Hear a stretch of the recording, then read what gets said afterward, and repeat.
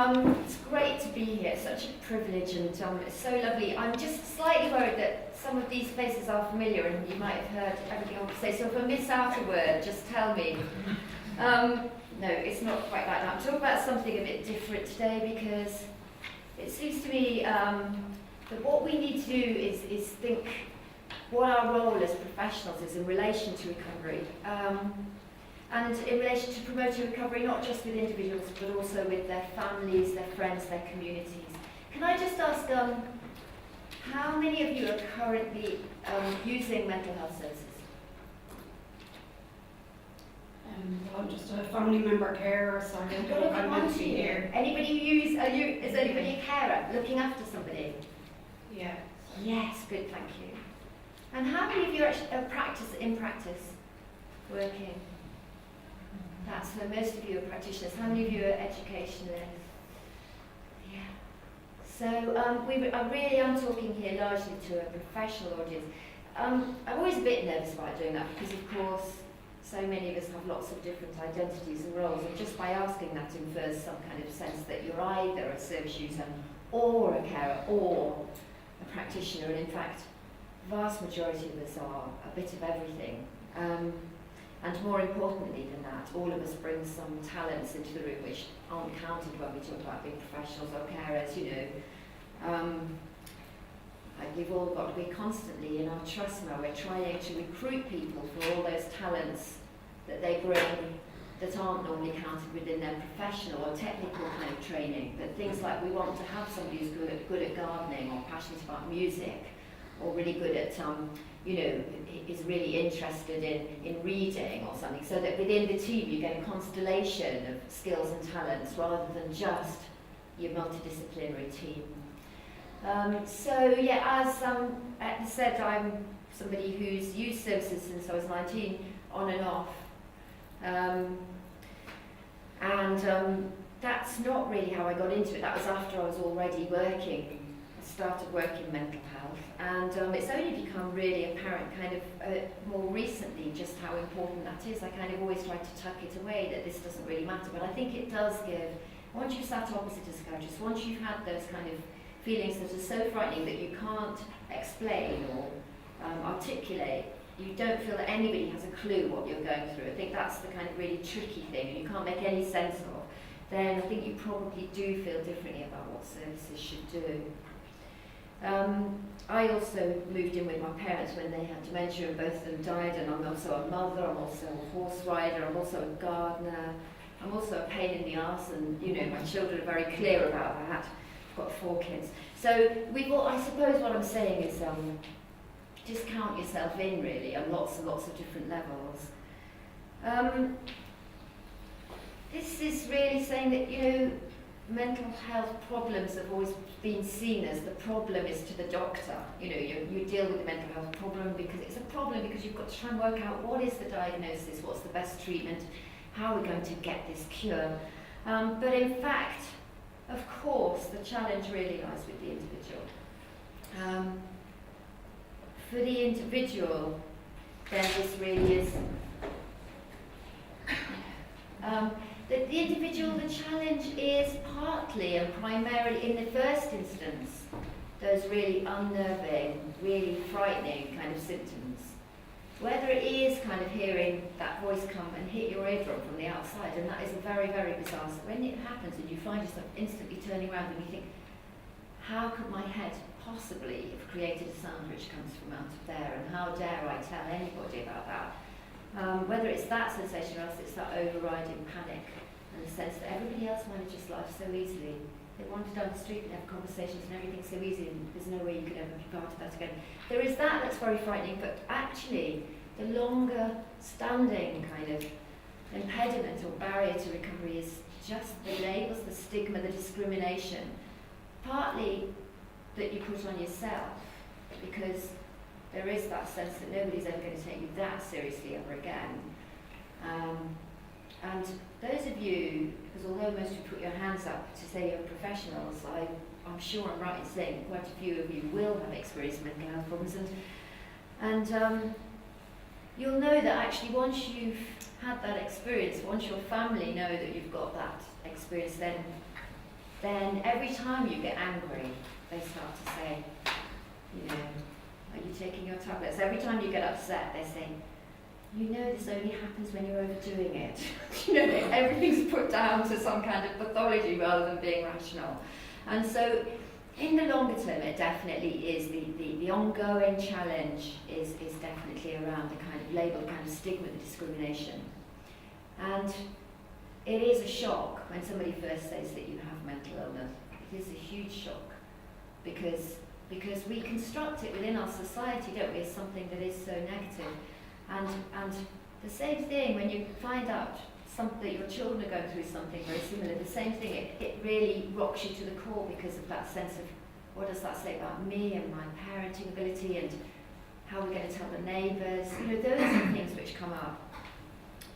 I suppose what today is about is saying that the thing is that it's not all bad, that there's all kinds of very, very positive things that can happen to people who have mental health problems. I put Sinead O'Connor in there especially, because I'm in Ireland, I better put somebody who's Irish, but the thing is that actually virtually everybody who's made massive contributions in our society have, well, by definition, been outside of normal boundaries, haven't they? You know, in order to be particularly brilliant, particularly to make some extraordinary contribution, you are by definition outside of the normal bell curve. And so, in a sense, everybody who is exceptional would be abnormal.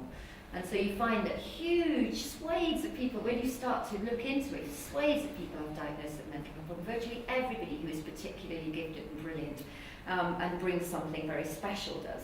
But also, and I think that's difficult sometimes, it's all very well saying that all these people, you know, Kay Jamison's psychiatrist, and you can read by her books, Touched by Fire, you know, she's extraordinarily bright, and you think, yeah, but don't put me in that category. But in fact, the vast majority of people who have diagnosed with mental health problems are living productive, contributing lives in our communities. The vast majority. And the sad thing is that most of them have to keep their experiences of mental health problems private. I heard this morning somebody came on the radio. Is that somebody who's on the radio this morning speaking about they've had 6 months off with depression? Who? John Murray. And that's fantastic, isn't it? Because I know in England, Stephen Fry did more to improve public attitudes towards mental illness than anything else, any other educational campaign. The fact that people could look and say, yeah, he seems a bit odd. We know that he's had to leave various productions because, you know, he's been very, very low. We know that he's sometimes a bit off the wall because he's very, very high. But look, we can respect that. We kind of know him. We feel like he's part of the family. We can accept him. And that's been much more powerful than any amount of public education. So hopefully the same kind of thing by public people coming out. I've taken off the Norwegian Prime Minister to put Sinead in here, but actually the Norwegian Prime Minister is somebody who is out about his mental health problems. And when he goes off sick, it's very upfront. So he's having an episode of depression, and so will be standing in for him over the next few months.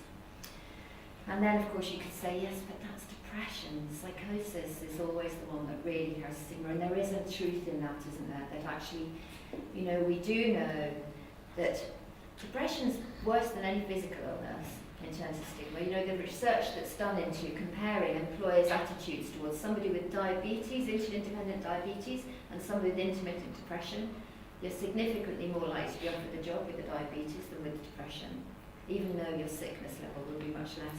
But taken overall, psychosis is the most stigmatizing condition. It's more stigmatizing than AIDS, it's more stigmatizing than having a criminal history. So we've got an awful lot of work to do. So that's to kind of say that we do have, as professionals, we have a massive job to do in terms of creating that context, the community context, the societal context in which people can recover.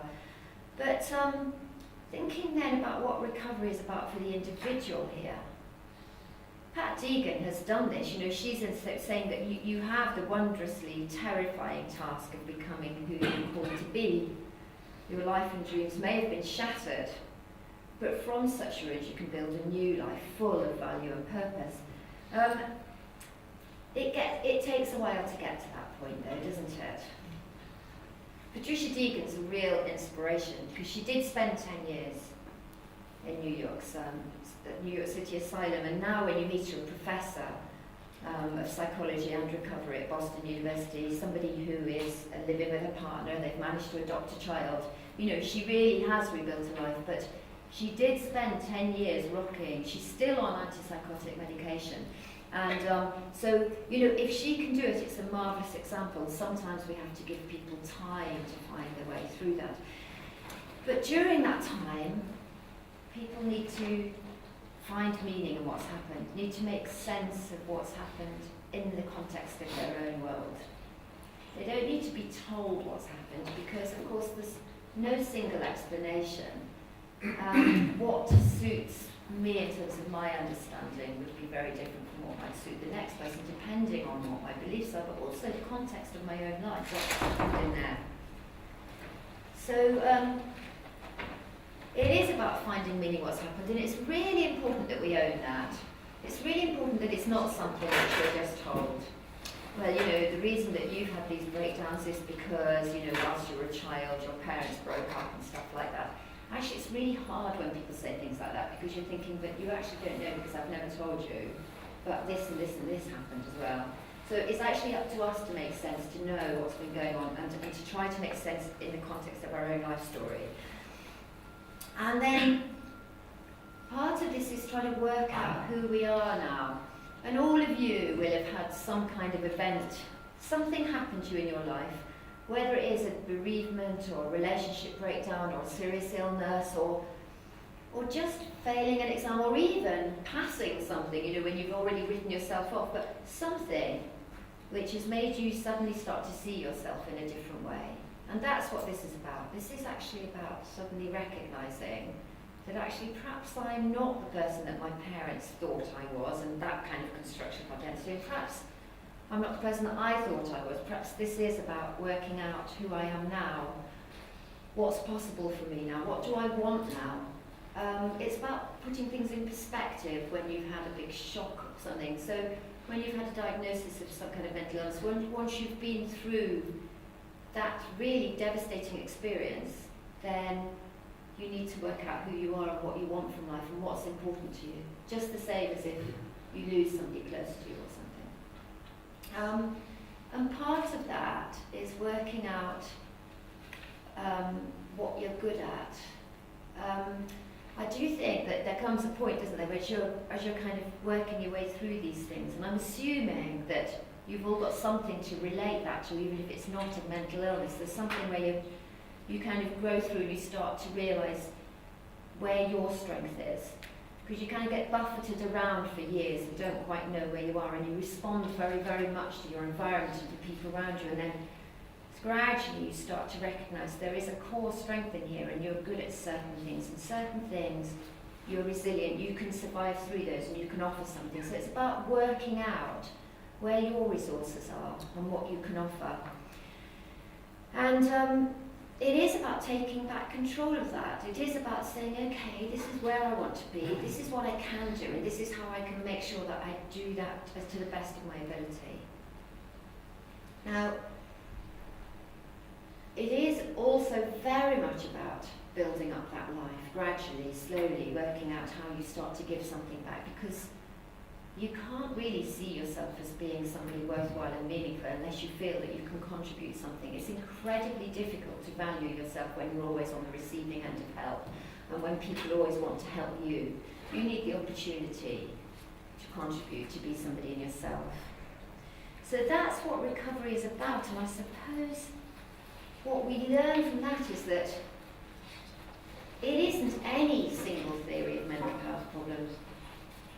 And I don't know how many students, when I'm talking to students actually, and when I talk about students, because I'm working in the recovery college a lot of the time, and so students are all people who would be called patients elsewhere. They're coming in to learn about self-managing their own conditions.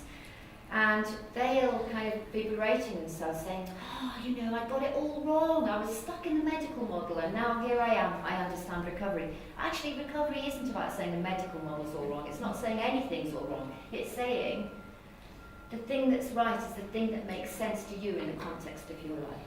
So recovery is not a theory about the cause or the cure or anything else of mental health problems. It is about you finding out for yourself what works for you.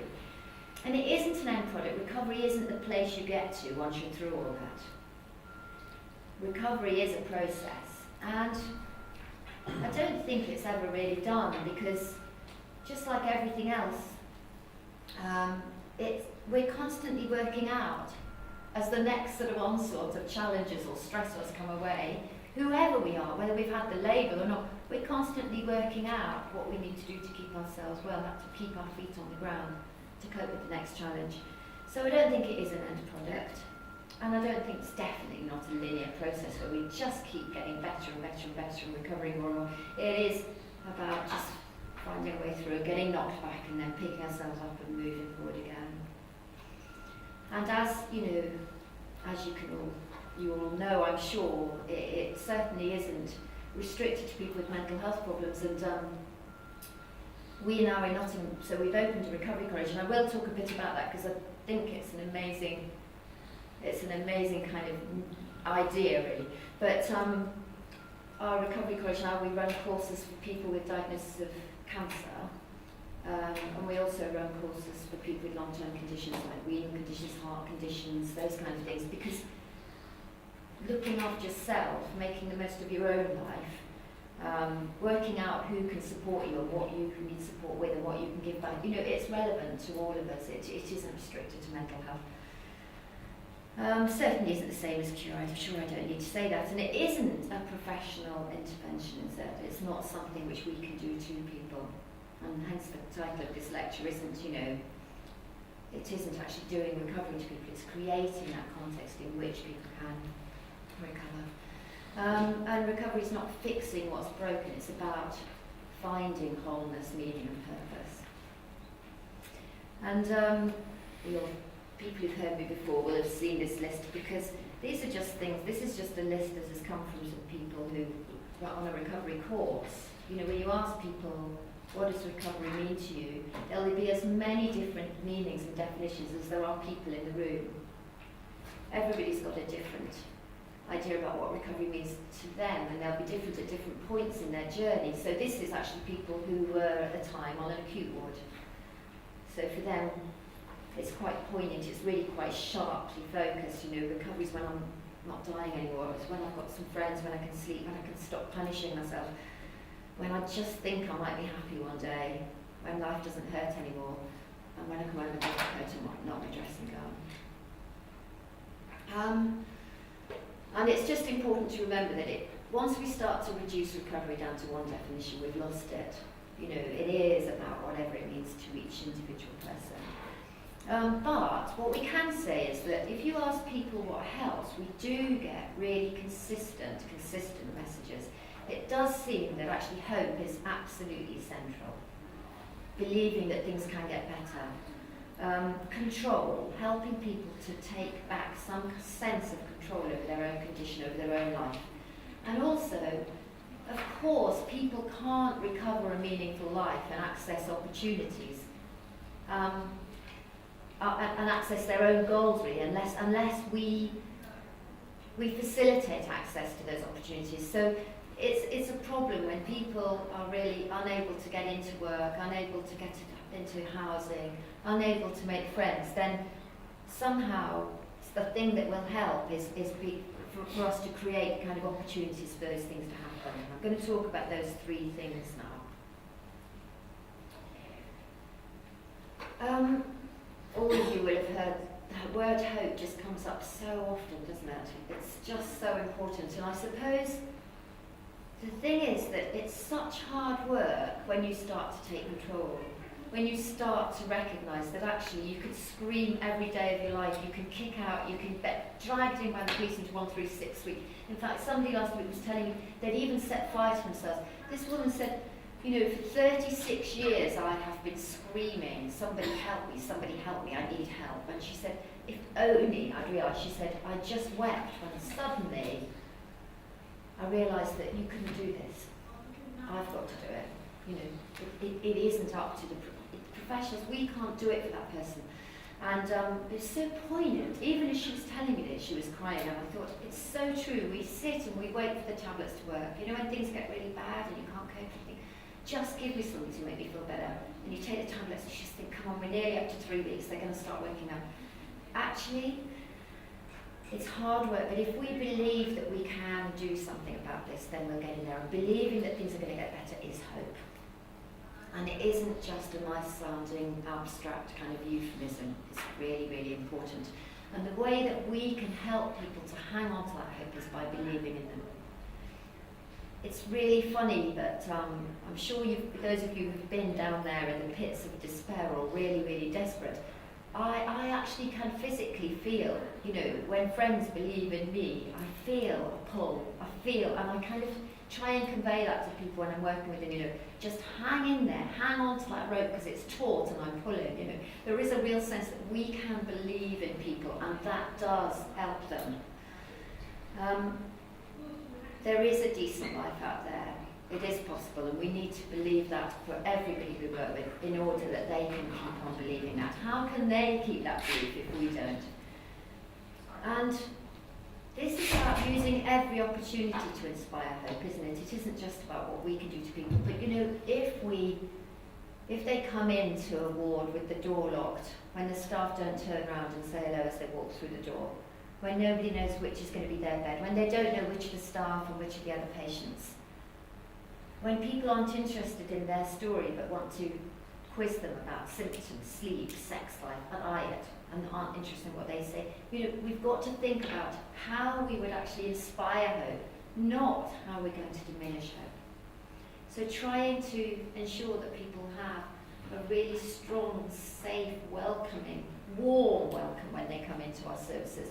When the walls are covered with hopeful stories, hopeful pictures, hopeful statements. When there are things like up-to-date magazines, when there's greenery around, when the place is reasonably colourful, you know, when the bedspreads are smart and clean, it's much more hope-inspiring. And our relationship with them needs to be one of trust, doesn't it? It needs to be one in which we demonstrate that we are trustworthy, that they can talk to us and we will listen, we'll believe what they're saying. We trust that what they're telling us, they're feeling, is true. We might not understand it, but that is how they're feeling now. It's trying to help them to make sense of what's happened. It's those hard questions when people come in and say, but why me? Why me? Why can't I just get on with my life like other people? You know, why has this happened again? And we're there to help them to find answers, not to give them answers, but to try to sit with them through their distress and help them find those answers. And to help them to recognise actually that they have got resources. They might sit there and say, you know, but there's nothing in me. Thank you. They might sit there, and I just think this happens so often when people come into the college now. We don't actually do any kind of assessment. We don't do any risk assessment or anything. We just start by saying, you know, so tell us a bit about where you are now and where you want to be. And they'll say, well, I just want something to do really. And we'll say, so, you know, what's that for? Where are you going? And I'll never get anywhere. So what have you done already? What are your strengths? What are there any courses? Have you got any experiences? No. And so often there's a completely blank sheet. When they've done their first course and they've sat in a room with 12 other people who are all sharing their stories of very, very similar experiences, we then go back and we do their second individual learning plan. At that point, we can rarely fit all their words onto the same piece of paper. So they'll say, do you know what? It's been great because I've been able to help her in this and this and this, and she's made me realise that actually I'm really good at that. And they suddenly start to recognise there's something in there. So really help people to recognise their resources, and that helps them to feel more hopeful. The second thing I put up there's hope, and then there's control. And taking back control, we know, is hugely important to people. When people say, what are your priorities at a time of crisis? It is about, when you've got mental health problems, they'll say it is about knowing how to manage crises. It is about understanding what's going on and knowing what my choices are in these situations. So it's taking back control of your life as a whole, and so often we encourage people as well as service providers, we often encourage them, we kind of say, okay, well let's just get these symptoms under control and then we can start thinking about what you want to do with your life. Actually, that's all wrong, because if you can start to get on with your life, the symptoms will start to come under control. It works that way around. But actually, keep working on everything together. You need to start to help people to start to find a direction in life, start to gain the skills they need to achieve their ambitions, and at the same time start to work out what's getting in the way of that.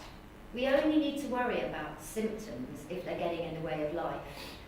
So we need to start to think, well, actually the big problem is that I can't get on a bus in the morning, so there's no way that I'm going to be able to get to college. Or the problem for me is I just can't get up, can't get out of bed.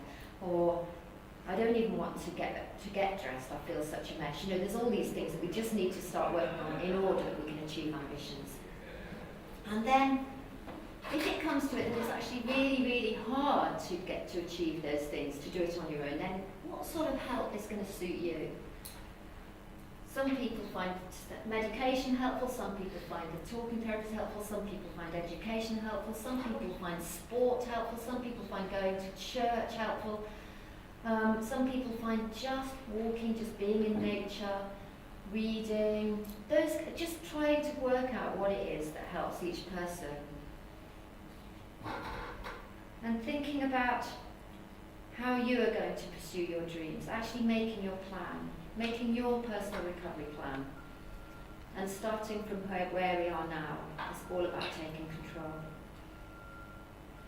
And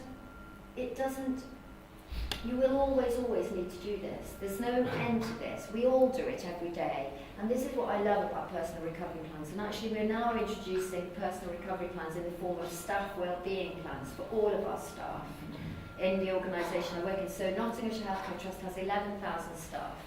It's a massive organisation, but because we're employing so many peer support workers, it's becoming apparent we can't separate out the supports that the peers get from the other staff, and so we all have wellness plans, and those wellness plans are around, they say things like, what do I need to do every day to keep myself well? How do I know when I'm not having such a good day? How are my work colleagues going to know when I'm not having such a good day? What am I going to do when I'm not feeling so well? What do my work colleagues do when I'm not feeling so well? And when things are getting really bad, how will I know when I need extra help? So just a basic recovery plan works for us all. The third thing, then, we've had hope, control, and then there's the opportunity. And this is really, we need to help people to rebuild their lives, and so we need to help them to access opportunities that they think are important within their communities.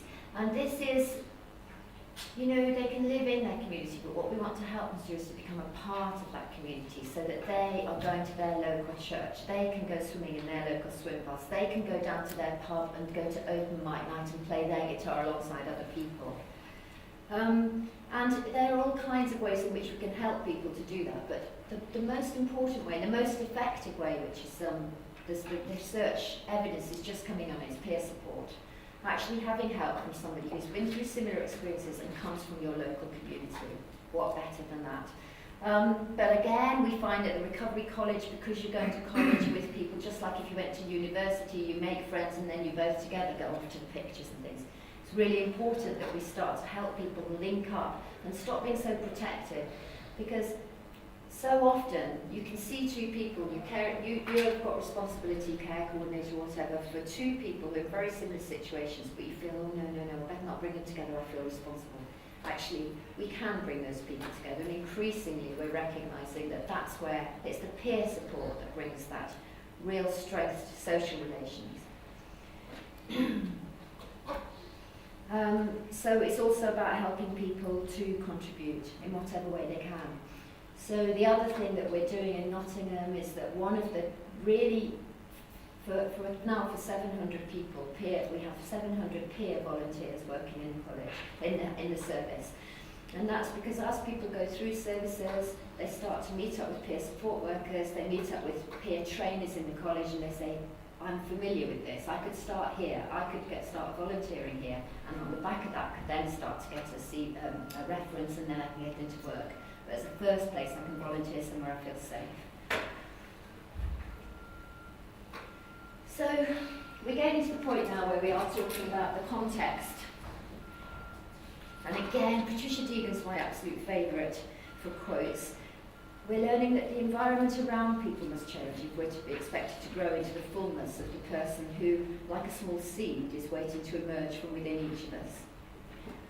How do we create hope-filled, humanised environments and relationships in which people can grow?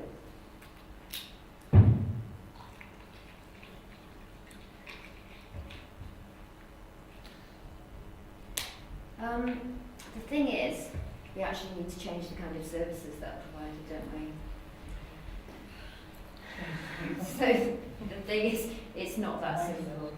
And actually you have now, here in Ireland, got the most wonderful policy documents that support you, professional documents to support you. The documents in themselves aren't going to do it, are they?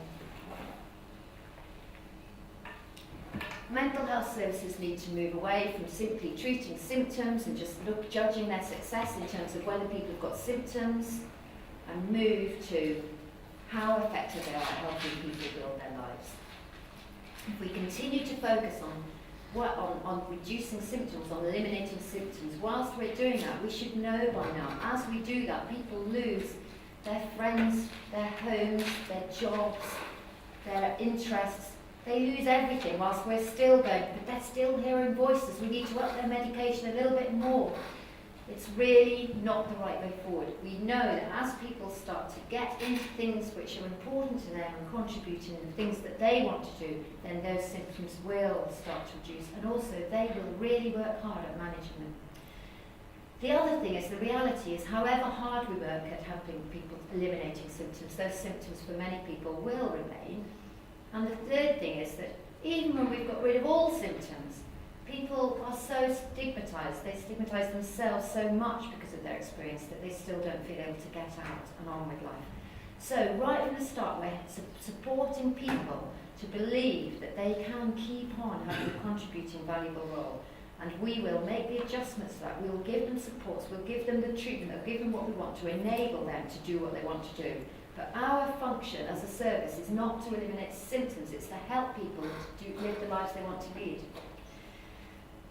And this means that we can't see ourselves as the sole experts. It's really important, if we're to help them to achieve what they want from life, then we have to let them have at least half the role in this. They have to determine what is most helpful, what do they want to do. When's enough enough? When are they going to change their mind? You know, they have to be the ones who make those decisions.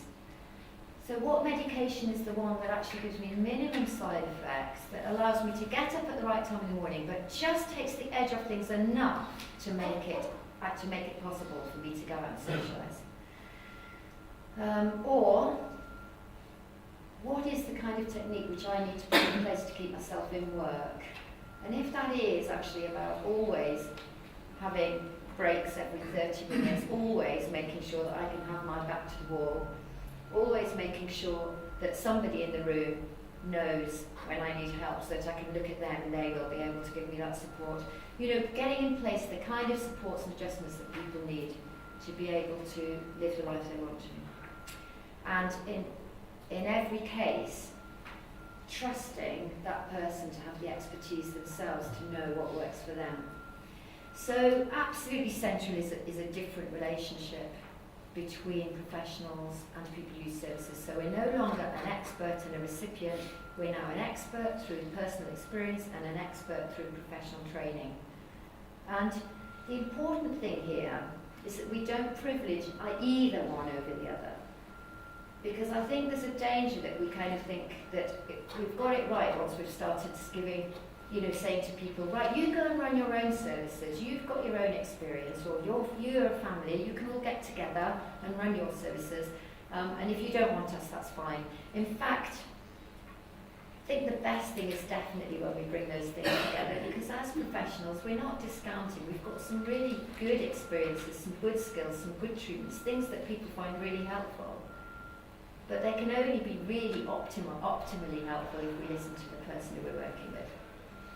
And then the final thing, services need to be absolutely integrated in their local communities. Over 98% of the support that people receive, people with mental health receive, comes from families and friends and communities. It doesn't come from services. So we as services need to be networking, linking in to all those community facilities, resources, activities, helping people access them, and also helping those community resources to understand and accommodate people with mental health problems. It all sounds so easy.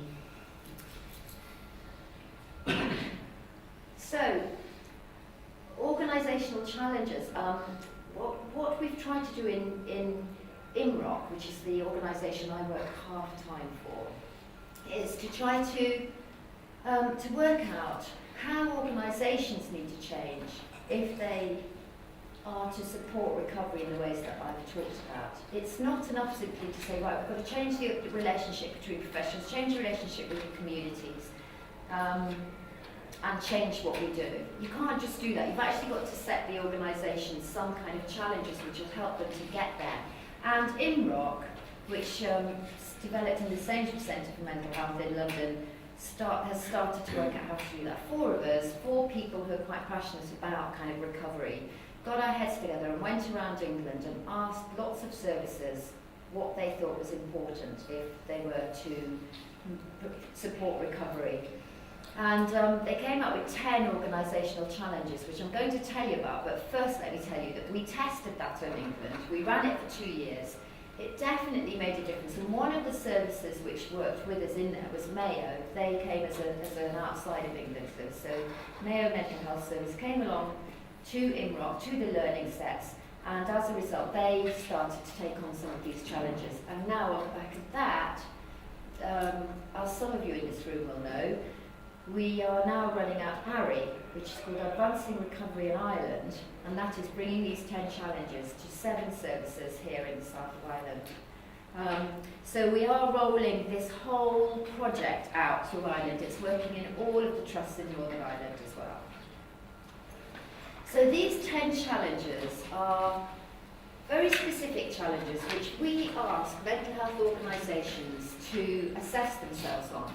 Not just the health organisation, but to work with all of the mental health focused organisations in their geographical patch. So it would be social services, any voluntary sector, carer-run organisations. To what extent, we ask them to rate, to what extent are your interactions, the quality of experience, reflective of a recovery focused service? Are you delivering comprehensive, user-led education and training for your staff? Have you got a recovery education unit which people using the service can attend? We ask them to think about the extent to which the organisation is committed to recovery, whether leadership and the culture is recovery first, and what that might mean. I'm going to go through these in detail a bit, but we ask them around personalisation and whether, as a matter of course, we're trying to give people choice about what supports them best. Absolutely at the heart of this is, are we shifting away from a risk assessment and management kind of process towards one which is collaborative safety planning?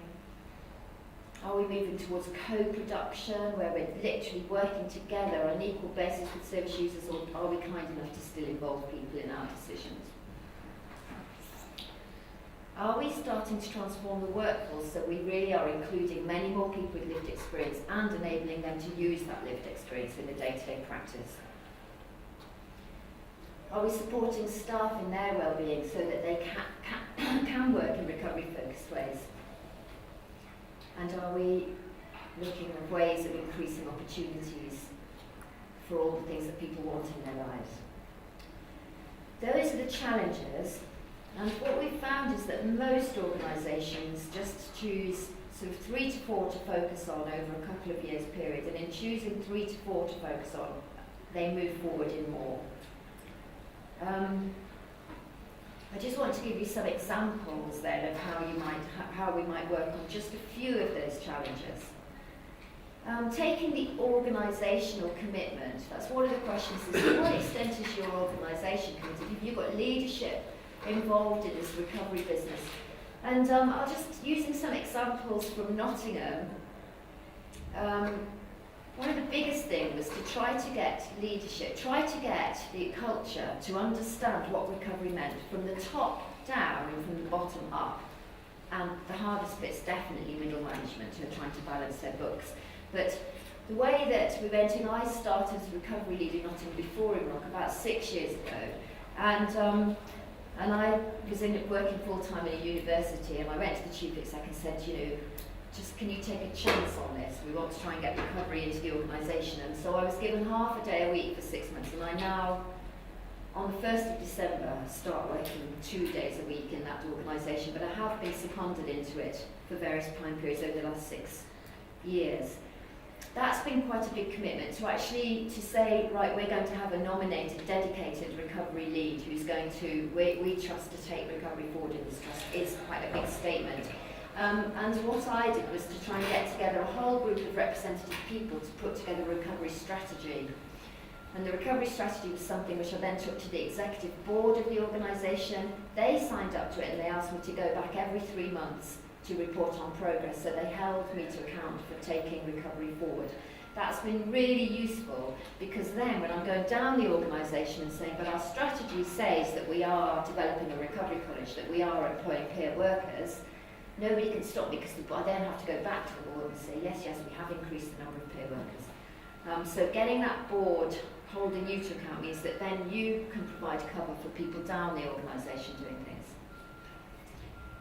And what's important about recovery is that you can't just do it in very, very distinct little teams. Once you start to work in this way, once you start to change the culture, your language has to change, and that means that every single one of your policies and procedure documents has to change. You have to change, you have to make your workforce willing to challenge jargon, to challenge discriminatory language, to challenge discriminatory practice all the way down the line. If you're recovery-focused organisations, as our chief exec says, you don't walk past the litter, you challenge it. And if you don't, you really have to live with yourself. The fact is that we've now, as part of this, started to employ peer support workers, people who've used the service, and they will constantly let us know when we're letting them down on this language thing. Language is really important. But you see, in order to change that, you need to change your supervision structures. And if you're going to change your staff supervision structures, you also need to introduce some training for the people doing the supervisors. So then you have to review all your training and development processes. And then, because you're actually training people and talking to them around recovery-focused values, you change your recruitment processes. And you start to have to go back to HR and say, oh my goodness, now we've got to rethink what our job descriptions are. What are we looking for? What are recovery-focused values? How are we going to find them? Oh my goodness, we're going to have whole day selections, and then going to have panels of service users looking out for values. So what I'm saying is that you think you're starting small, and before you know it, it's snowballing massively, and it's affecting every one of your corporate structures. So you then, facilities and estates departments come and say, we're building this new unit. Can you talk about hopeful environments? Can we have some service users in the room so that they can help to flag up, what we're looking for here? And then what becomes apparent is actually innovation is hugely important, because all of a sudden I'm looking around and working with different teams, and I find a care assistant, a band 3 care assistant, is desperately trying to bring rabbits into a secure unit as pets. And everybody's going, no, she can't, no, she can't. And then I'm trying to think, actually, why shouldn't she? If that's something which people on there are saying they really want, and we're saying recovery-focused organisation, let's do it. So we start to recognise innovation as a positive thing, nurture it, reward it. That care assistant got the rabbits in there, and then in another 4 wards, and she won a big Oscar for being, an innovator. We do have to encourage people to take some positive risks, not to just be bound by process. Things can be different, and it means that we're constantly looking for those real heroes that are saying, everybody who comes in now, I get them to write their own life story. They can write it in whatever way they want. I'm not interested in whether it's true or whether it's complete, but I want them to reflect on things that have got them to where they are today. And as they start to do that, we start to pick out all the positive things and all the things that they've succeeded and just how hard that's been. And so now we have life story groups on every single ward. That's just because one person thought that would be a good idea. And then, as well as all that top-down kind of trying to create safe structures for people to be innovative and trying to change cultures, processes, procedures, policies, we've also got to try to get the leadership from the bottom, to try to get service users with leadership skills, to try to push forward things from the bottom, to create a real demand and appetite for a change in practice. And so we constantly need to be recruiting more and more people with their own lived experience to help us. And that's how we've now got up to 700 volunteers. But actually, what we've got to do is constantly be saying, wow, you're an ex-teacher, we could do with your educational skills. Do you fancy coming to work in the Recovery College? Start as a volunteer and we'll train you. We'll give you a training course and then maybe you'll be able to get a job there. And you know, you're really, really good at developing your own personal recovery plan. Would you mind helping us to run our personal recovery group, which runs every Monday night in the acute unit? Because your experience of having been in the acute unit and being really good at writing your own personal recovery plan would be really helpful to other people. So just constantly recruiting people with their own experience to come and work with us. Not exploiting them, because with every single one of these, this becomes part of their personal development plan, part of their road back to recovery, part of their road back to employment. It's really about empowering people to have ideas and to start to put them into practice. And it doesn't matter, you know, one of our Band 3's healthcare assistant worker, she'd previously been a dietitian. She's now published, if you go to Waterstone's book, you see there's a book called Recipes, Recovery and Reflections. And what she did is it's a beautiful, beautiful cookery book, and each one of the recipes has got the personal story. It's the favourite meal of people who've used our service, and it's got a story of when they remember eating those meals, and then it's got a picture of the recipe, and what she did was she cooked the recipes, the menus with them, took a photograph of it, took a photograph of their childhood favourite place, and they kind of had their handwriting saying why it was important to them. And then this dietitian's put at the bottom, if you want to make it even healthier, replace your butter with flora margarine. But it is just such a beautiful book, and when you hear the stories behind it, it's heartbreaking. You know, one chap had been in seclusion for 17 years, and he actually came out to cook neeps and tatties. You know, it's pretty amazing stuff. So that was just a healthcare assistant who had that idea, and I think this is liberating and recovery focused for the staff as well as for the people using the service. I suppose the other thing is that what we've done is to nominate recovery champions in every single team. So we've got 60 clinical teams at Nottingham. And every single one of those 60 clinical teams, we've asked whether they would identify one peer recovery champion and one member of staff who's a recovery champion. And those people in the first instance volunteered themselves, and then we gave them 5-day training in recovery, and they started to identify what their role might be. We kind of thought, well, every team needs to have somebody who kind of is keeping in touch, bringing all the information into the team and feeding information out to the team. Actually, at first they nominated themselves, and then we realised actually these people have got to have some power within the team. They've got to have some status within the team. Otherwise, other people in the team will just ride roughshod over them. So you do need to, if you're going to have a recovery champion, you need to have a member of staff who's fairly well established there rather than a newly qualified new recruit to the team.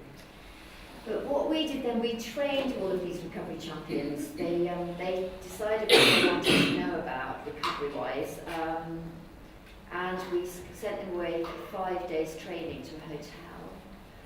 That was the first lot.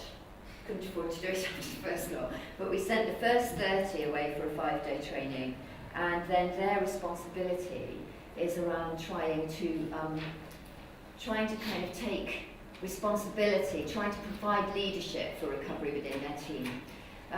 We use team recovery implementation plans. So if you go onto the IMROC website, you'll see a copy of the team recovery implementation plans. It's basically a kind of benchmarking tool, where as a clinical team you can work together, work out what you're doing well and what you're not doing so well as a team with a discussion, work with your service users, get their perspective as well, and then identify 3 priorities for work over the forthcoming year. We've been doing that for 4 or 5 years now, and it's really made a massive difference.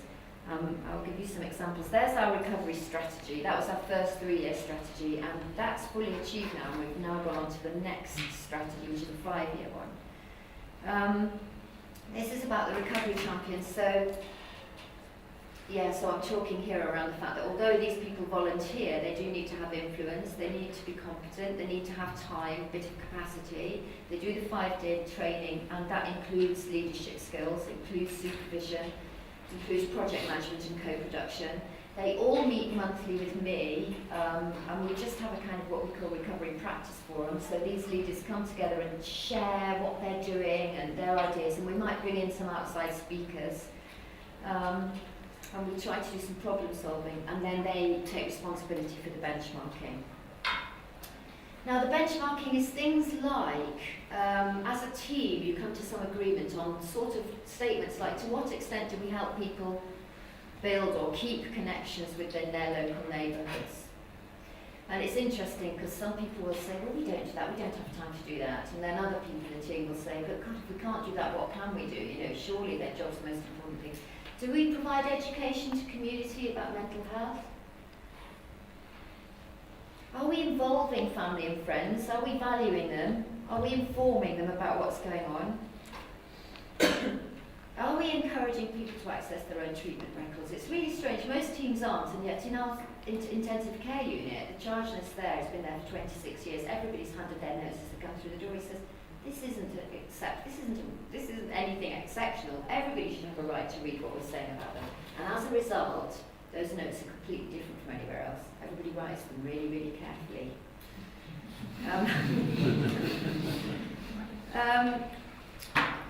Do we use threats, bribes and coercion to influence people?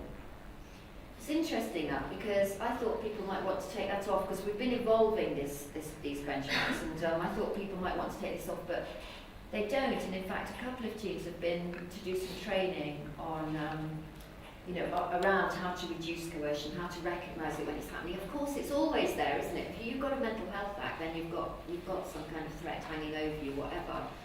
It's how we use that, and it's trying to have this. It doesn't really matter what actual rating we give ourselves. The important thing is the team talks about these things.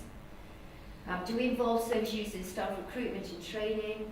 Do we know what opportunities are available in our local community? Do we link people with peers who can serve as role models? So are we looking for people who've had similar experiences who can help them through? Do we provide a choice of treatment options, or do we immediately go straight down the medication route? So those are the kinds of benchmarks which every team uses. There's 24 of them altogether. Again, go to the IMROC website, you can see that. And we use the PDSA cycle, Plan, Do, Study, Act, where as a team you start to identify your priority areas, you can decide who's going to lead in which of those areas. You make a smart action plan with some clear goals, some clear targets. And then you get on and implement that action plan, and then you check out to see how far it's been realised, review and amend. Now I'll just take you through a few examples. So Ward B2 is a 29-bed acute inpatient ward, and they introduced information for family and friends. They introduced a hope board where people put up their stories, and they reviewed the ward environment. Oh my goodness, sorry. I don't know why this is coming up one at a time.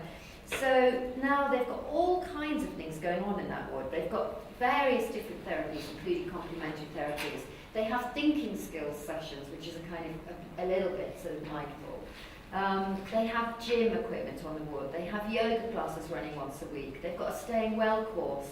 Mine, their local user group, comes in and runs a social group once a week, which is a way of kind of crossing over between the community and the ward. The local education authority comes in and does personal development courses like assertiveness, like resilience. There's a medication drop-in with the pharmacist to give information about medication. They've got a garden. They've got recovery training going on there. They've got a community meeting. They can have access to a human library, which is when people come in and pretend they've got a label on it if they're a book.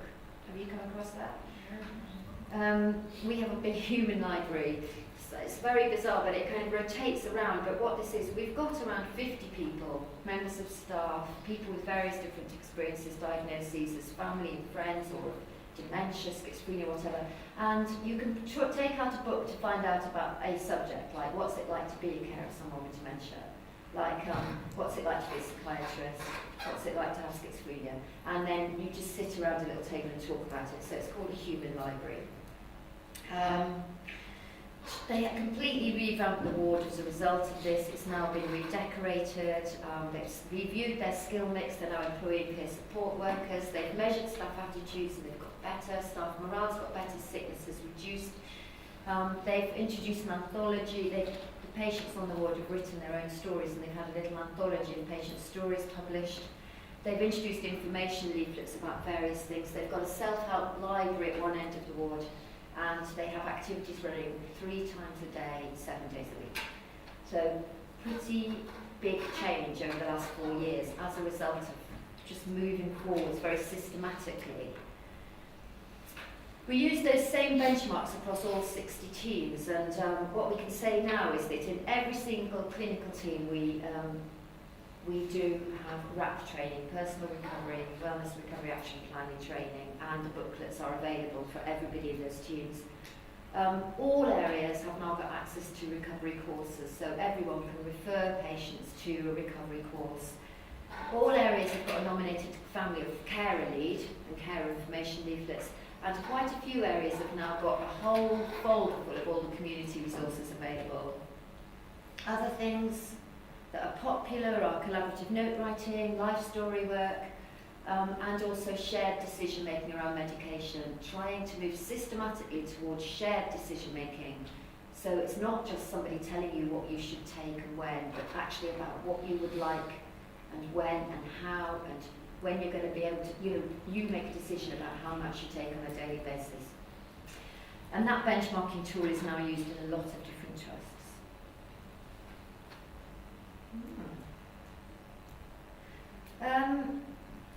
Now we get on to the exciting bit, so don't fall asleep. We're going on to talk a little bit about the Recovery College. How many of you heard about recovery colleges? Most of you. That's really good. Because I tell you, I know if you've heard me talk about them before, I can't get over this. It's a total no-brainer. It makes so much sense, doesn't it? That we find ways of helping people to understand and manage their own condition. Why do we as professionals have to have the expertise? It just makes so much sense that we help people to understand and manage their own condition. It is about increasing self-confidence, about the confidence with which people manage their own condition. It's about trying to catalyse that sense of responsibility, because people often say, actually, I have to say, about 3 weeks ago, I was lying in bed, it was 7:45 in the morning, and the phone rang, and it was Radio Lincolnshire. And they said, is that Dr. Rep? I said, yes. They said, would you mind, could we just stream you into this conversation? We've got a service user on the phone at the moment talking about Lincolnshire's Recovery College. And I was kind of, yeah. And I could hear this person saying, it's terrible, I'm going to have to, she said, I'm going to have to try to kill myself. Because when I get into a crisis, I need help. I don't need somebody teaching me how to look after myself. And this person was saying, oh dear, that's awful. So you're saying that they're not going to look after you anymore? No, they're not going to look after me. They're just making this college thing. We now have to look after ourselves. That's literally, I'm going to have to try to kill myself. And I just thought, oh my goodness, what's the public going to think about this? But anyway, the point is that people aren't, she doesn't say that. She genuinely is clearly very frightened that we wouldn't be there to look after her. But that's because we've taught people to think that they haven't got the capacity to manage their own condition. And so we need to use the college to try to enable people to see things differently. Actually, it's not just you who knows about this, it's me, but at least I know when to come to you because you might be able to help me when I'm in an extreme distress. It is about helping people manage their own mental health problems. It's about trying to help people to identify ambitions as well as achieve them. But the vast majority of people, when they come into the college, they don't know what they might want to do with themselves. It's absolutely about improving social networks. And it's about developing the capacity to trust, because as people come to the college, they then say, would it be okay if I started volunteering here? And actually, we are completely open. We don't feel any guilt about saying that we love offering people volunteering opportunities alongside proper governance, mentorship opportunities, and then they go on and get proper accredited qualifications. And at the end of that, they can go and get a job, hopefully. The thing is, it makes so much sense because there is evidence that education helps people. Even when it's done with people receiving assertive outreach, we find that actually inpatient days are reduced. In every single study of recovery and illness management, that this is a very manualised training in recovery and illness management, which Kim Moose developed in Boston. That demonstrates a real significant improvement in coping skills. But I think more interestingly, David Chalice down at Kent has just done a review of self-management and health education in mental health, and has found that it absolutely reduces inpatient admissions, dependence on services, attendance at accident emergency, attendance at GPs, and massively reduces cost. And at the same time, people are able to live more fulfilling lives because they've got the skills themselves. It just seems to make so much sense. I can't think why we didn't think of it before, really. But the thing is that the college isn't just about people coming in and being taught. It isn't about transmitting education. What happens is people come in to do a course. Say they came in to do the course on, say they come in to do anxiety management.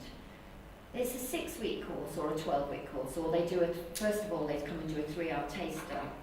But that course will have a peer and a professional, a psychiatrist and a service user, talking about experiences of anxiety and what's helped. So the psychiatrist will say, you know, the evidence is that this helps, this helps, this helps. And the peer will say, and for me, this and this and this helped. And then there'll be a discussion within the room. People will disclose what helps them, but before they know it, you've multiplied the number of potential ways of helping. And together, everybody's got some plans for how they're going to move forward when they leave that session. It's absolutely about co-creating solutions in the classroom. It's not about telling people what to do, it's about increasing their confidence to find their own ways. It's not about managing illness, it is about improving the quality of life. And it is about changing identity from seeing yourself as a patient with an anxiety problem to seeing yourself as a student who can do something about it. And this is just, you know, the very first day that we opened, and the person came back the following morning and said, I couldn't believe it when I went home last night. I'll no longer get on the bus being like the only mental patient there. I just think, I go to college now, I'm a person just the same as everyone else on the bus. And that was the very first day we opened, and we just thought, wow. And you know, people who've been away and done 6 weeks anxiety management, one of our college coordinators, she just came up after the first, she finished the 6 weeks and we were reviewing what people were going to do, and she said, I'm going to learn to drive. I never thought I'd ever be able to do anything like that. She said, why shouldn't I? I'm just the same as anyone else. And it's that massive change in identity from patient to student. And it really, really pushes through changes in the organisation. You get a recovery college in your organisation and it starts to really push forward the whole change. It's not about eradicating symptoms, it's about learning how to cope with them, how to manage them. It's not about focusing on those dysfunctions, it's absolutely about building on your strengths. And it's all co-produced, co-delivered, co-received. Everything is done absolutely in tandem. Our recovery college staff, every one of them have got significant mental health problems. There's 8 of them now. I mean, all of them have spent long periods in hospital. but they're always working alongside a subject expert. So if we're doing a course on managing debt, then we have somebody from, well, actually we have a retired city councillor who was an accountant who comes and runs that. If we're having something on managing your tenancy, somebody from a housing association comes and runs it with one of the service users. If we have something on staying well in work, we have somebody from Rolls-Royce is a local business where they've got really good HR things, so they will come along and run about a thing about how you keep a healthy workforce. British Red Cross come in and do personal first aid. The fire brigade comes and talks about safety. We do safe dating. We do coming off medication safely with the chief pharmacist. So these courses are totally driven by what students want to learn about, but they're all co-produced. And it absolutely changes the relationship between us and the local community, because our college is open to absolutely anybody who wants to come in. We never turn anybody away. We might have to limit the number of courses they do, because although we're only 3 years old, we run 100 courses a term, and we've got waiting lists of up to 75 for every single course. And so we're having to say that everybody will be offered one course when they enrol, but they might not get more for the first term because the demand is so great. And the thing is, there's now 22 of them open in England, and every one of them is massively oversubscribed. And this is by people who have previously avoided services, because we're not interested in what their diagnosis is, we're not interested in assessing their risk. We just want to give them an opportunity to manage their own life. And if we start to look at the difference between therapy and education, I suppose by definition you only get referred to a therapist because you have got a problem, because you've got certain symptoms. So it is very much focused on your problems. And the problem is that actually once you start to focus on your problems, that whole identity starts to pervade other areas of your life. But also in services, the fact that we focus on problems means that starts to take over other things. So we offer gardening therapy, self-care therapy. We stop using normal language and we start problematizing it and pathologizing everything. The thing is, because it's therapy, then you have to be a therapist, you have to be an expert to offer this. So it automatically sets up this power differential where you've got one expert and one recipient. And that serves to maintain this massive power imbalance, which makes people dependent on services, and it makes people rely on professionals and keep putting more and more demands on them and be really upset when they fail. On the other hand, education is about helping people recognise and make the most of their talent and resources, help them to identify and achieve their own goals they choose, helps them to explore possibilities, develop their own skills. The most amazing thing is they meet other people with similar experiences. My office opens into the library in our college, and all the time, every day, I hear absolutely amazing conversations. You know, 2 50-year-old men will come in and one will go, so you've had this for quite a while, and then I'll go, yeah, I've never told anyone though. You know, it's really strange, and then they start divulging all around what's been going on for them, and then before you know it, well, how are you getting home? Oh, I'm catching the bus. Well, I'll be going your way. Should we go together? And then we've had so many people who say they haven't been on holiday for years, and now they're going on holiday together.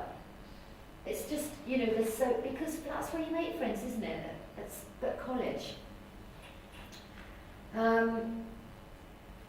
So the aim of it is to help people recognise, develop, make the most of their talents and resources in order to become experts in their own self-care, do the things they want to do in life, and meet fellow students with similar interests and experiences. And you can see here on college these beautiful pictures taken by students, and they've got nice quotes with them. The notice board, I don't know why it's looking a mess, I'm sorry about that, but can you see really nice up-to-date notice boards? This is in the little internet cafe library area here. The classrooms have got service user art, and they're really open and airy. That's our prospectus. And what we've done is we've identified what it is that's absolutely core to what we do, because we now have the college running in adult mental health services, and then we've got colleges running in Rampton, our high secure base. You know, Rampton's, it's completely locked and things, but we have a little college running there. We've got colleges running in the older people's service and in the CAMS service and in the substance misuse services. So we've kind of got a campus model now. and now we've just been commissioned to run the primary care college. So what we have is fidelity criteria. We have to make sure that they all run consistently to the same model. So they have to be recovery focused. We don't run arts courses, pottery, cookery. We only run courses which are actively moving people, progressing people towards recovery or in their recovery. Always has to be educational. It has to be around promoting education. It's not just a group. It's not a day centre. It's absolutely inclusive in that we don't turn anybody away, but it's progressive. We move people through. We'd expect at the end of the first year they'll be doing their moving on class. So every term we review where they are and review what their goals are. But at the end of the year we move them on and they come to a course which is 6 weeks long where they go and they see a careers advisor, they see an employment advisor, educational advisor, and they start to make plans about where next. It's collaborative. Absolutely everything is done in co-production, and it's also community focused. We have 32 partners. So lots and lots of partners in the community come in and they provide their courses free of charge because they're commissioned to do this work. So we both win. They come and do it free for our students, and in return they're achieving their own goals. So there's some of the courses. I'm going to move on now to, this is an interesting one. The interesting thing is that the whole culture is totally different. So we don't have patients, we have students. We don't have therapists, we have coaches or tutors. We don't have referrals. People come and register, and we don't take referrals from anybody else. So if a GP rings us and says, I'd like to refer this person, we'll say, is there any way somebody could bring him so that you can see what it's like first? And then they'll say, well, he's sitting with me now. Well, could we have a word with him then? We'll only take it from the person, like you would if you were at college. Instead of saying this is the treatment you need, we ask which of these courses would you want to do, which would help you. Instead of doing assessment and care planning, we do the individual learning plan, and that is about identifying what they want to do, but also identifying any special learning needs. And some of those will be related to mental health. We help them to think about how they're going to make the most of studying, if there's anything that it would help us to know. We don't do risk assessment, but we do put in place personal learning support. So some of them have study buddies. We have volunteers who can sit alongside people and be study buddies. We don't discharge people, but when they finish they get a graduation certificate. We don't have any social skills groups, but the students have set up a student union and it's fully accredited, so they get 20% off at various theatres, 60% off Specsavers. So that's handy. It has walking groups and knitting groups and lunch groups and a summer ball. And here we are, I'm not just a mental patient, I'm the same as everyone else. Do you think that's quite inspiring? It is, isn't it? It's absolutely amazing. I tell you, it's absolutely amazing. I can't tell you enough that it's absolutely amazing. I just think, because this is my 38th year in mental health.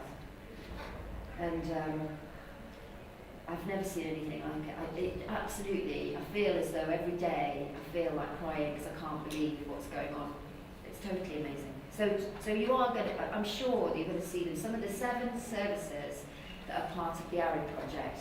St James's in Dublin is the only case anybody doesn't know or wants to know. So, yeah. Is that yours as well? Yeah, Dublin South Central. Dublin South Central is one, and there's Mayo, and there's West Cork, and there's a few. But there will be more, because in 4 weeks' time, we're talking about these things to Stephen Mulvaney, and he wants it to go into all of the services. And I think there will be more, and I think we see this as and I'm going to talk about peer support workers next, and these 2 things. You need to be thinking about cultural change as well, but the great thing about the college is it really drives things. It shows how it can be done, so instead of thinking there's no way you can do this. And I could talk about it all day, and I'm sure you're all bored stiff with the sound of my voice, but I just want to say one more thing about the college. We have a really amazing student there. He came in the first month. And he's somebody, we have a lot of amazing students, but this particular chap, he's been in secure units more or less since he was 6. and he goes out of hospital for a couple of months each year into residential rehab. And just after we'd opened, our college coordinator, who has worked for 10 years in an acute ward as an occupational therapy assistant, just a band 3 occupational assistant, she knew him because she'd nursed him each time he'd been admitted and just said, you know, it would be the best place for him to come.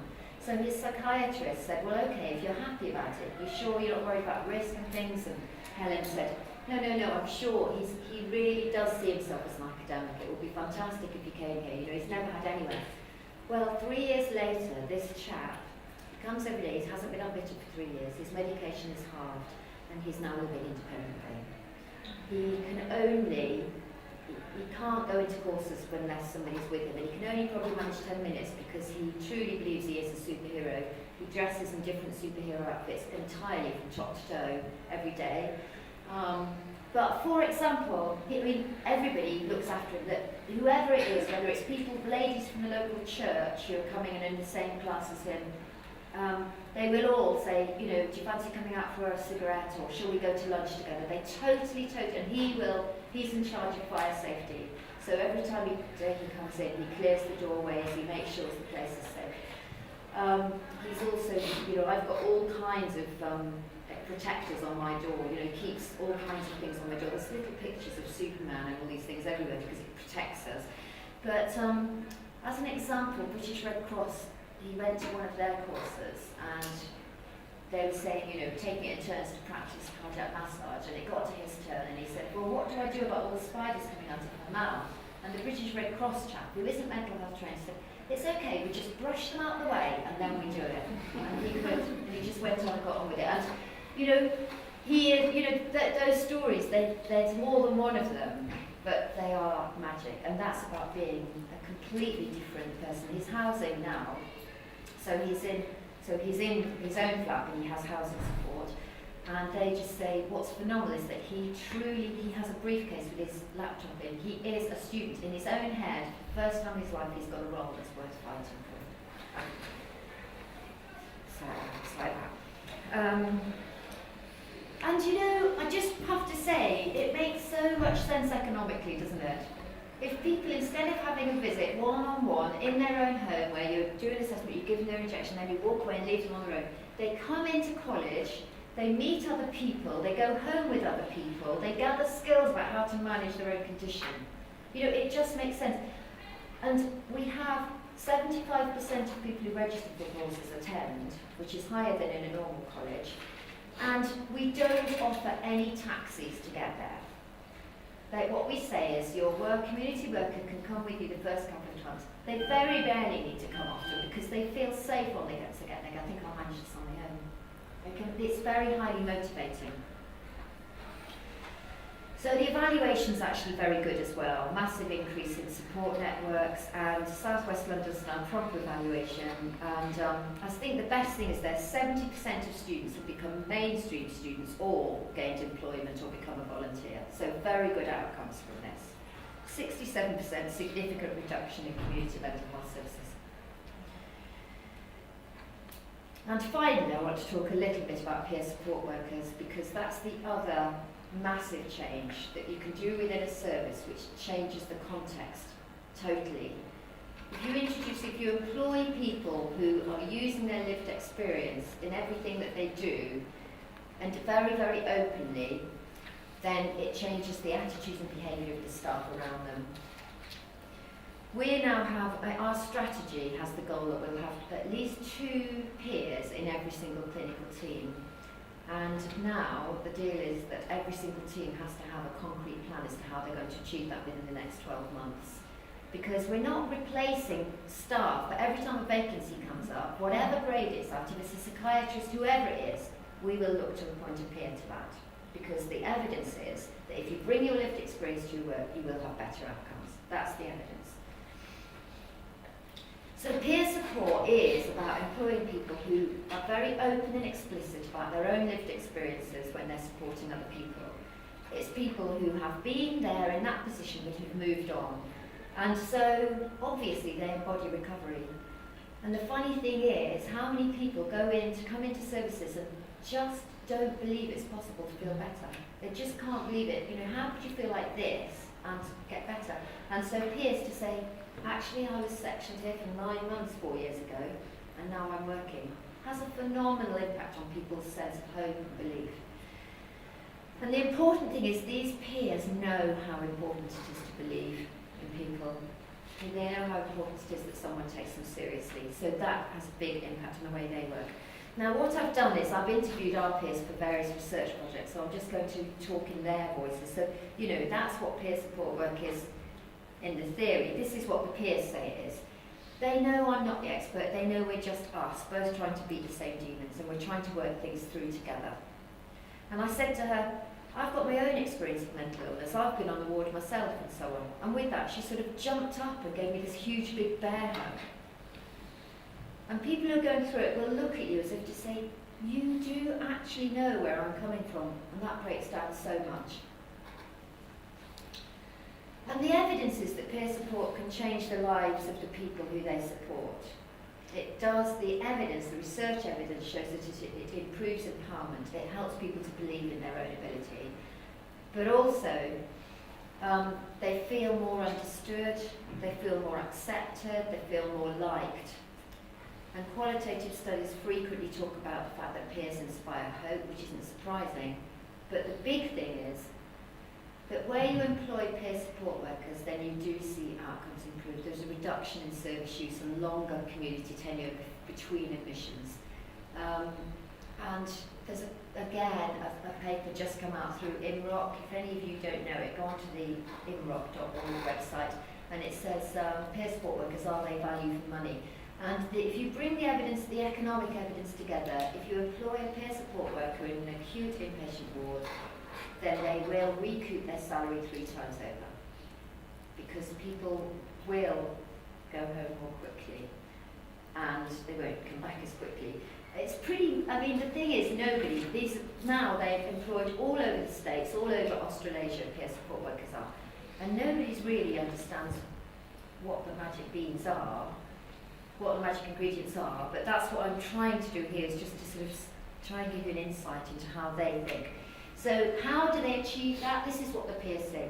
I want to be able to show people that however low you go down, there is a way up and there is a way down, way out.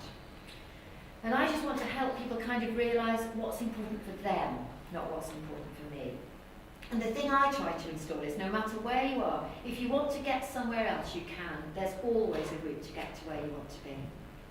And I say, we're just going to try some things out and try and work it through together, because I know when I was really ill, I was desperate for someone to do that with me.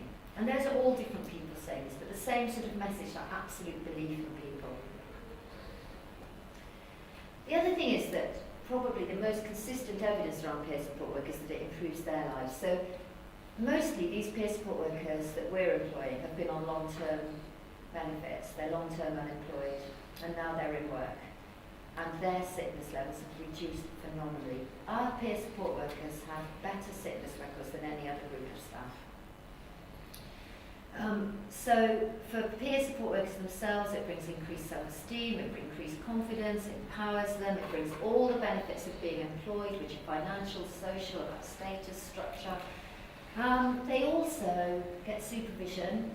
They're also in a job where they can be open about their mental health problems. They don't have to hide it. So it's a good starter. Now, we don't have a career structure. We only have band 3 peers. We don't, people with professional qualifications, like I can be a peer recovery lead. Our chief exec is a peer chief exec, but actually you'd need to get some other professional qualifications or have something else in order to move up the career structure. So what we're saying is this is a place to start, but then you go on and work your own way out. We are not saying that peers, you've done 12 days training and you've got your lived experience, therefore we'll let you, you can keep moving right up the ladder. You have to work the same tune as everybody else. But it does definitely progress their personal recovery. They all say we really learn a lot. And this is how they say it helps them. So first and foremost, I find it really a fulfilling job. I look forward to work every day, planning my own diary and supporting people in what they do. I work hard to keep myself well now. I've got a reason to look after myself better. When you're driving to visit somebody and you're helping them work towards their goals, and you just think, how cool is this? I can't believe I get paid for it. And it's made a real big difference for me, you know, just contributing something to them, you know, and hopefully changing their lives for better. And the other thing is they do change the system. So they do change communication. They help us to understand where service users are coming from. They do kind of bridge a gap. They do constantly complement the work of other team members. Now, what we do is our peers all have their own projects. So every single peer has something which they're passionate about, which they do. So one will be doing, you know, particular work around diet. One will be doing particular work around well-being. Another will be introducing triangle of care for families. Another one will be introducing coaching training. But they all bring in something from their own lives and experiences. So we do see that staff attitudes change. It does break down barriers. And I suppose how they do that, I look at things from a different angle. So I can perhaps think of other ways around things, not just what's in a book. We've got different ideas because we've been there. And a couple of people have said, I hadn't thought about it that way, or it's good to have your perspective on it. And I didn't expect to have this much influence, but we've set up new groups and courses, changed paperwork, commented on policies, given feedback on language, and sat on interview panels. And actually, it's our peer support workers who've just rewritten our risk assessment documentation. It's entirely been done by peer support workers. They've written collaborative safety planning documentation, which has gone through governance, and it's totally different. It's actually based very much on kind of open dialogue, like a dialogue, a conversation rather than assessment. Having said all of that, it's not easy. You know, these people, we do have to think about what is their role then. What's the definition of peer support worker? It's incredibly difficult to get this right. We've had big fallouts with service user groups. I used to be a director of service user groups, and it's just been impossible because we can't work in conflict. We've got to work together. And if the groups that I was working with were saying we can never ever have peer support workers working in areas where they use restraint. Now, you know, my view is we need to employ peer support workers on those areas in order to reduce the amount of restraint. And the peers will have to be trained in how to control and restrain someone if they're going into an area where restraint is being used. So that's one example. Another is that people say peers can never have anything to do with medication. Well, if they're in a community mental health team and they're going to visit somebody and that person needs their drugs, why not the peer take it round? So we've had all kinds of conflict. We've got to think about how we work together, how we come up with some shared ideas about how to take this forward. It's been, you know, it's a really, really rocky road.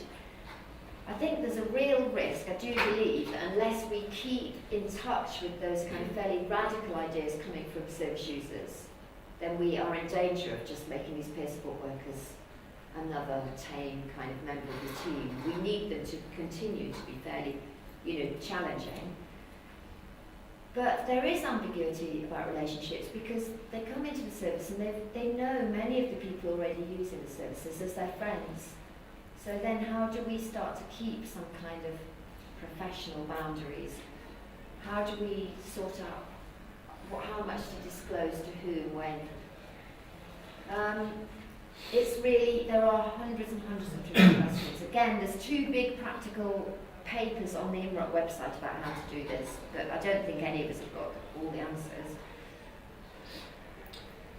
But we have got some defining characteristics, and they're in these the papers on the IMROC website. And I think we do have to think about taking this slowly, just working through how we prepare the organisation, how we prepare the peers, how we recruit the right people, how we make employment possible, how we keep developing them. We just have to keep thinking about these stages and make it work locally. I suppose what I've been trying to say is that I haven't been able to go through all of the 10 challenges because I wanted to go into a bit more depth about the college and the peers. But, you know, the momentum grows. As you start in one area, it starts to drive forward others. So taking an organisational approach is much more effective than just training your staff. Because if you train your staff and you return them to exactly the same context, then nothing changes. You need to change the culture, the context in which this whole thing happens, in which staff work and in which people are cared for. And so, for example, your college drives forward staff learning and development. Your peer workers raise the profile of staff with lived experience. We now know that 34% of the staff in our organisation, not the peer support workers, 34% of employees, 34% of 11,000 use secondary services. And since we did that survey, we've done, 3 other trusts have done the same survey, and they've all come up with between 32 and 34% of their staff have used secondary services. So now it's great, because when the peer support workers are coming to me and saying, you know, well, we should be promoted quicker because we've got our own lived experience, I have to say, well, actually, so far the staff out there, we need to look after those staff too. I think it does, there's a kind of dissonance between traditional risk approaches. Once you start to work in a recovery-focused way, you can no longer start to do professionally led risk assessment. You have to then start to think about how you develop a shared safety plan, how you can start to trust and believe that people know what's possible for them now. People are the best people to tell us how we can keep them safe. That's a much more accurate way of ensuring their safety than us ticking boxes and going, oh, well, that's the risk. We know that doesn't work.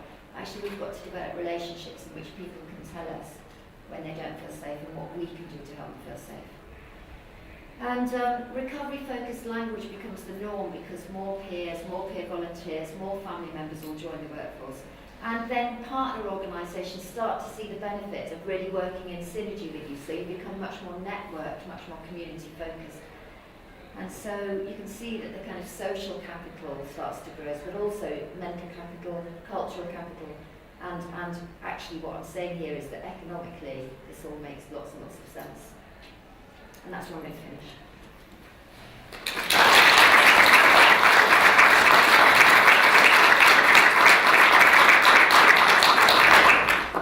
But I've got time for some questions. So anybody's got any comments or questions, yeah?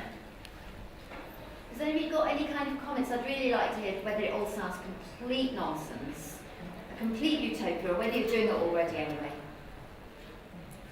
I suppose really it sounds fabulous, but I suppose in terms of how do you bring psychiatry and psychiatrists on board with that, because that seems to be, right, from my perspective, the main stumbling block in Ireland, that it's prescriptions and, you know, a diagnosis, prescription, and there's a pill for everything. And how do you take them on board, or have you done that in England? Because it's an ongoing battle. I mean, we have so many good new young psychiatrists coming up, and they are now trained. Royal College of Psychiatry is now training them much more. You've got a lot of your colleges, your psychiatrists train in England anyway, don't they? oh, I seem to spend a lot of time working with people who come over here. There's a college here now, I think, but they used to go to. Yeah, well, I think our Royal College of Psychiatry is really now, recovery underpins all their professional training, and it's more and more. But that doesn't, as I've said before, we know that how that internet filters down is tricky. But all I can say is that here, your executive clinical directors, who are the big psychiatrists, aren't they? So they're all doing, one of the first things Stephen Mulvaney is doing with them is they're coming along to hear around recovery and to get signed up to that. So hopefully that will create some pressure from the top. And I have to say, the drive from the bottom, you have got increasing number of peers and family members who are driving from the bottom. And it's not going to happen tomorrow. You know, I would say, thank goodness, there's enough work to keep me going till I retire in Nottingham. We've been going 6 years now. But although it sounds great, the experience of when you go into the acute ward isn't perfect, but there's hope there, and we're starting to see steps. And I think in those services that have joined up with ARI, we're only just started, but the stories back are very positive, aren't they? They are, but we are falling the same kind of issues about, I suppose, the medical model, psychiatry, kind of trying to change, I suppose, generations of, I suppose, an ethos that's been there, inherent, I suppose, one after the other. It's a challenge of what happened overnight, but I suppose as we change momentum, because one thing we've found is that there is such a huge momentum and a positive momentum of some of the service users, family members, carers, external to, I suppose, the health services that are kind of are looking to propel and move services forward, and it's trying to harness that energy to really kind of move things forward from the ground up. That's what we've got to do it both ways, haven't we? I'm really hopeful now that if you've got these new management structures, and if you can get those powerful clinical directors, exactly the area clinical directors, if you can get them looking to the same goals, you know, there is hope there. You've just got to keep believing, and really at the bottom up, I don't think in this, we've been very surprised because we were kind of saying, you know, don't expect the Republic of Ireland to move at the same pace as England, you know, they're coming from here. Actually, on all those sites, there's a real, they're pushing on open doors in a sense. I mean, we're not talking about transformation in a month, but what we're saying is this amount of energy and passion and enthusiasm really grabbing this, isn't there? Yeah. So maybe the time's right. I suppose I just feel in our world there's no such thing as a voluntary patient. And I took Paddy down, I sat down with him for an hour and a half, I think, at the start of the summer. He's a lecturer by experience here in I DCU. know, I do. For him to confirm to me that there is no such thing as a voluntary patient. And now with this child that's in St. Vincent's in Fairview, we now know that there's no such thing as a voluntary child as a patient at the request of their mother or whatever. But there is no such thing. And it's just the total imbalance of power, and you know, it's just so difficult.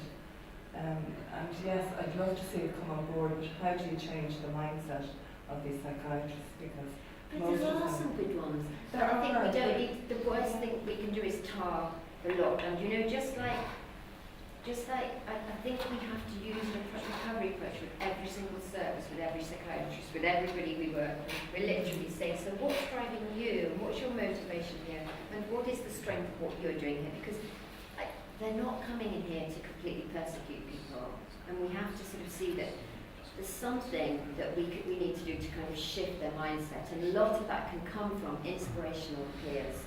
I really do believe that those are the secret weapon, is actually bringing along inspirational peers, and I really do believe it's not about criticising, it's not about challenging, it's about inspiring to influence. Keep on inspiring to influence, because if we can inspire people, they believe in the possibility, then they'll let go of some of their safe practice. So try.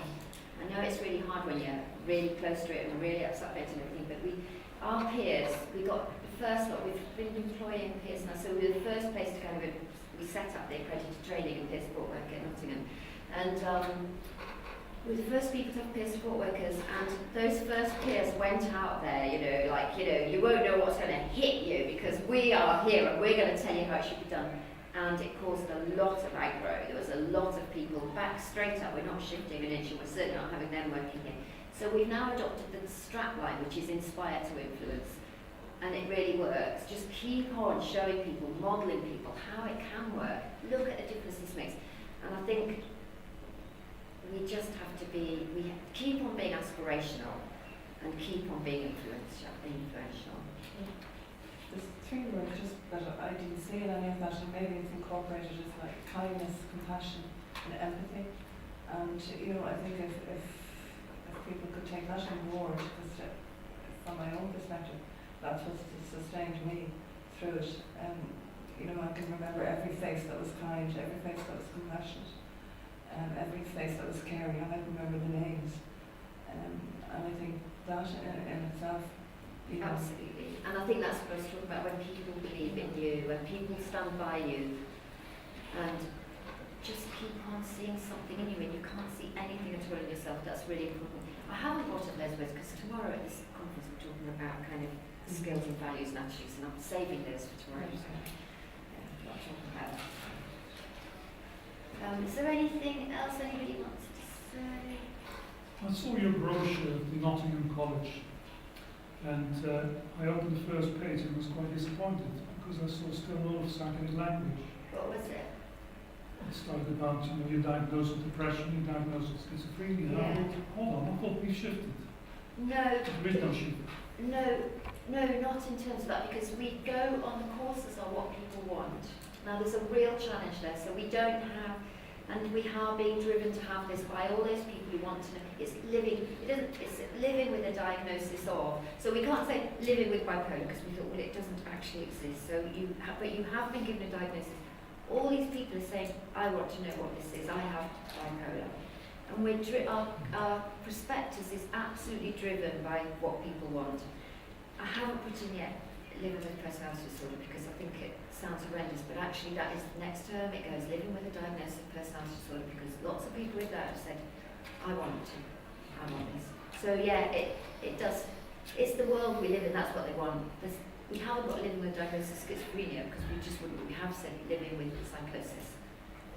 I don't believe schizophrenia exists, so I couldn't actually put that in there. We have got living with diagnosis with psychosis. Yeah. Our chief exec is the one who does living with a diagnosis of bipolar, and he has been sectioned several times, and he has that, and he says, no, I'm not changing that title. I live with diagnosis. That's how I live, with a diagnosis of bipolar. That's all right.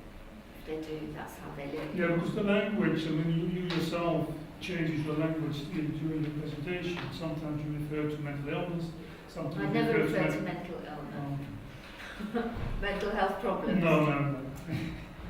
During your presentation, you use mental illness, mental health problems, mental health conditions, and Yeah, then you use use that. conditions, and sometimes I wonder, are you referring to the human condition, or are you referring to mental health conditions, or what are you referring to? Myself, So- I don't think there's such a thing as an illness. So if I might have been quoting someone else, I don't actually believe it is an illness, but I do think that you can be mentally well and healthy. It is a tricky one, isn't it? I suppose it's about trying not to be discriminatory. If people are living with a diagnosis, that's how they're living. You know, they've been given that diagnosis and they want help to live with that diagnosis. That is how they would define themselves at that moment. I have a diagnosis of this. It isn't me. It hasn't taken over my life, but I have got that diagnosis. Well, that's of course if people want to accept a particular notion, Yeah, and to something. put things into a medical context. Yeah. It is their choice, but of course it's how is their choice informed in the first place. It's so, but then a lot of people, you know, I don't know, but personally I do, I'm probably most influenced by is Rachel Perkins, who she and I do lots of writing together, and of course she totally believes that she has a mental illness, a biochemical condition. She has ECT a couple of times a year, and she takes phenomenal amounts of medication. That is somebody who's now just won, you know, Mind Champion of the Year, OBE, quality. That's fine, because that's how she would see it, and so that's what I was saying about people saying, you know, oh my God, I feel so guilty that I've been taken in by the medical model. And so you've been taken in. If that helps you understand what you are, that's fine. We're not chucking it out. For many people, that's incredibly helpful.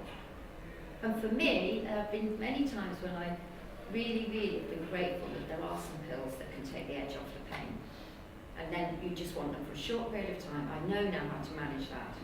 But it can be really helpful at times. It's probably a shortcoming, you should be able to cope with it, but for me it's much easier to take the tablets than to go through the pain of waiting for it to go.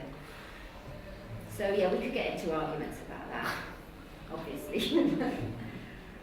I suppose it's a similar question in some ways, because like I was listening to, I was thinking of Gene Sharp, the book he wrote from Dictatorship to Democracy in that sense, and in some ways, like working with the psychiatric model and working with the pharmaceutical model, in some ways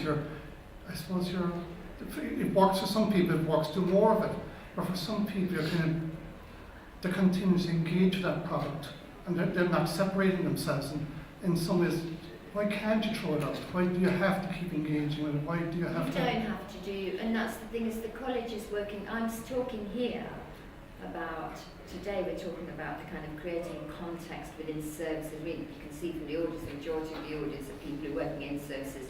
So we're talking with particular reference to that. Of course, there is another way of looking at it, and don't Phil Barker way and just say, you know, we try and create something which is totally outside. But in reality, 95% of people who hit severe distress will come into these services. So our main challenge is to try to work within the services, and we're starting where we're starting. I'm very realistic about that. We're not going to be able to go to everybody, you know, to stop. But so in Nottingham, we're now doing massive training in open dialogue. But even open dialogue is not about getting rid of medication. For some people, some medication might help at times. Largely, we don't need to rely on major tranquilizers, but we can use sleeping tablets, we can use some anxiolytics. That will help. I suppose what I'm saying is I really would be reluctant to throw out anything. Same as I'd be reluctant to, if somebody was absolutely clear in saying there's no way, I'd rather be mechanically restrained. Somebody said that to me last only last month, she came from Norway. She was actually a service director, chief exec of a big service from Norway, and she's used services. And she said, "Oh, my advanced directive, it asked that I were mechanically restrained rather than given any medication." And I suppose the voice of the service she was going through my head at the present time, the same service was a couple of weeks ago, roaring at the team that was training her, and the consultant there and saying that you're the biggest pharmaceutical, biggest drug dealer, licensed drug dealer at the present time. So there's still that kind of question mark to some service users. I don't know, it benefits some, but it doesn't benefit others. And I suppose the association, is what Harry was saying in some ways, that having that pharmaceutical medical psychiatrist involvement is a contamination of the whole process. I suppose I would say it's just that they're another option. It's one of the treatment options at the moment. They're far too great a part of the panoply of options, aren't they? Because it's always the first option and often the only option, and that's not okay.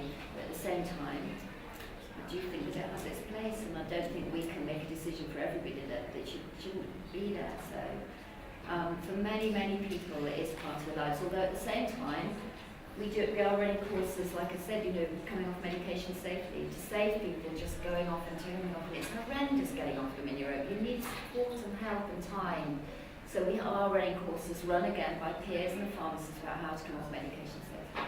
So we're trying to address things in a very realistic, very evolutionary, not a revolutionary way. It is an evolutionary way to taking services from where they're at and understanding that it's a long history, isn't it? It's grown up over years, what we do, and it hasn't been actually, I like to think this has not been developed through malice or greed. It's been developed largely by people who want to help. So I might be a bit utopian, but it's a good place to be if you could keep working with it.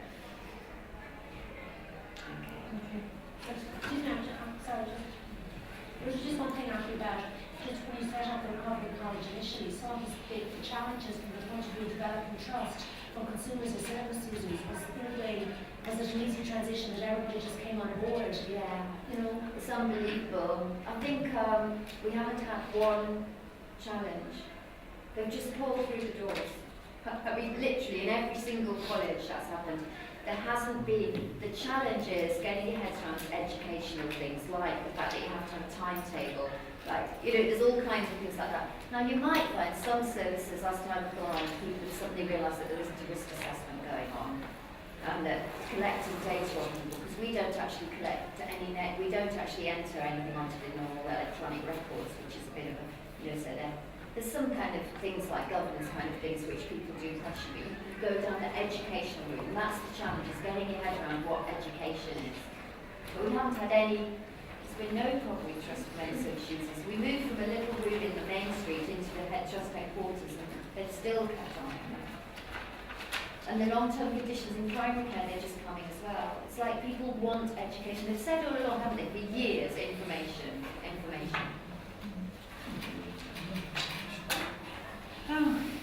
Just to thank Julie so much for the Masterclass afternoon. It was very informative and certainly very interesting and lots of food for thought. And as you all know, we're having a conference tomorrow in Dublin Castle, and Julie reminded me when we were looking for speakers and we asked Sarah Park, who's done a lot of work. She won the Mary Raftery Award for her journalism in the area of mental health, and she's presented an RTE over the past number of weeks. So when I rang her and I asked her, will she speak at the conference, and she rang me back and she said, well, I was thinking of it, but she said, you mightn't like what I'm going to talk about. And I said, well, what are you going to talk about?